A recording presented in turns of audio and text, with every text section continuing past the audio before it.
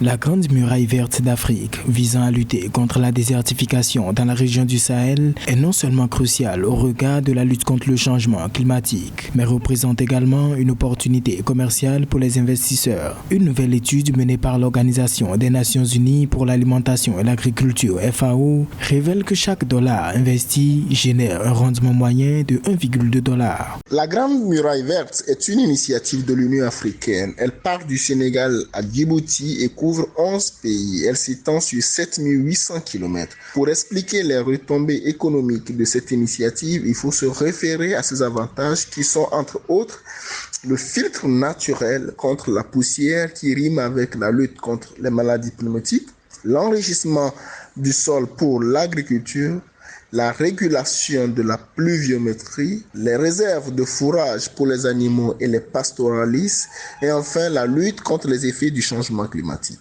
Ces avantages contribueront à stabiliser la région et à lui permettre de continuer de nourrir ses habitants.